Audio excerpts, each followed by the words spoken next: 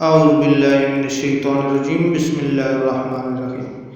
ایک دن معمولات سے تنگ آ کر پانچے کے پاس پہنچا اور کہا کہ سیشن جج کی کرسی خالی ہے، مجھے جج لگوا دے۔ ان دنوں کسی بھی سیشن جج کے آرڈر انگریز واسرائے کرتے تھے۔ پانجے سے چھٹی لگوا کر کھڑک سنگھ واسرائے کے پاس جا پہنچے۔ واسرائے نے خط پڑھا۔ واسرائے نام کھڑک سنگھ، واسرائے تعلیم کھڑک سنگھ، تسی مینوں جج لانا یا سکول ماسٹر؟ واسرائے ہنستے ہوئے، سردار جی میرا مطلب ہے قانون کی کوئی تعلیم بھی حاصل کی ہے یا نہیں؟ اچھے برے کی پہچان کیسے کرو گے؟ کھڑک سنگھ نے مونچھوں کو تاؤ دیا اور بولے، بس اتنی سی بات؟ بھلا اتنے سے کام کے لیے گدوں کی طرح کتابوں کا بوجھ کیوں اٹھاؤں؟ میں سالوں سے پنچایت کے فیصلے کرتا آ رہا ہوں اور ایک نظر میں پلے چنگے کی تمیز کر لیتا ہوں۔ واسرائے نے سوچا کہ بھلا کون مہاراجہ سے الجھے، جس نے سفارش کی ہے وہ جانے اور اس کا ماموں۔ عرضی پر دستخط کر دیے اور کھڑک سنگھ جسٹس کا فرمان جاری کر دیا۔ اب کھڑک سنگھ پٹیالہ لوٹے اور اگلے دن بطور جسٹس کمرہ عدالت میں پہنچے۔ اتفاق سے پہلا کیس ہی قتل کا تھا۔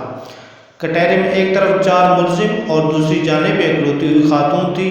جسٹس صاحب نے کرسی پر پرجمان ہونے سے پہلے فریقین کو غور سے دیکھا اور معاملہ سمجھ گئے۔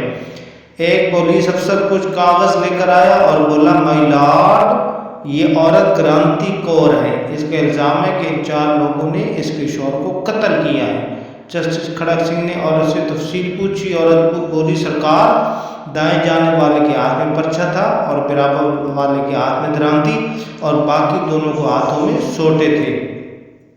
انہوں نے مار مار کر میرے شوہر کو مار دیا۔ جسٹس کھڑک سنگھ نے 4 کو غصے سے دیکھا اور پوچھا، کیوں بدماشو تم نے بندہ مار دیا؟ دائیں طرف کھڑے بندے نے کہا، نا جی سرکار میرے ہاتھ میں نہ کوئی بیلچہ تھا۔ دوسرے نے کہا، میرے ہاتھ میں بھی درانتی نہیں تھی، ہم تو صرف بات کرنے گئے تھے اور ہمارا مقصد صرف سمجھانا تھا۔ کھڑک سنگھ نے غصے سے کہا، جو بھی ہوا بندہ تو مر گیا نا۔ پھر قلم پکڑ کر کچھ لکھنے لگے تو اچانک ایک کالا کوٹ پہنے شخص کھڑا ہوا اور بولا، مائی لارڈ یہ کیس بڑا سنجیدہ ہے، یہ ایک زمین کا پھڈا ہے، اس لیے وہاں مقتول گیا کیوں تھا؟ جسٹس کھڑک سنگھ نے پولیس افسر سے پوچھا، یہ کالے کوٹ والا کون ہے؟ جناب یہ ان 4 کا وکیل ہے، پولیس والے نے جواب دیا۔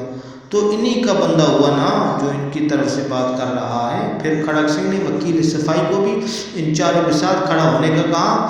پھر ایک سطری فیصلہ لکھ کر دستخط کر دیے۔ فیصلے میں لکھا تھا، ان 4 قاتلوں اور ان کے وکیل کو کل صبح صادق پھانسی پر لٹکا دیا جائے۔ پٹیالہ میں ہلچل مچ گئی۔ ہر طرف لوگ کھڑک سنگھ کے نام سے تھر تھر کانپنے لگے کہ کھڑک سنگھ مجرموں کے ساتھ ان کے وکیلوں کو بھی پھانسی دیتا ہے۔ اچانک جرائم کی شرح صفر ہو گئی۔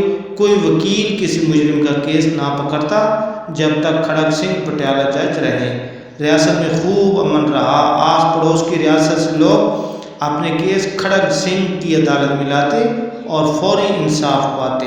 اس واقعے میں دور حاضر کے پڑھے لکھے ججوں کے لیے ایک گہرا سبق بھی ہے کہ اگر انصاف فوری اور مجرموں کے ساتھ ان کے وکیلوں کو بھی سزا ملنے لگے تو ملک میں جرائم کی شرح صفر ہو جائے گی، لیکن یہ کرے گا کون؟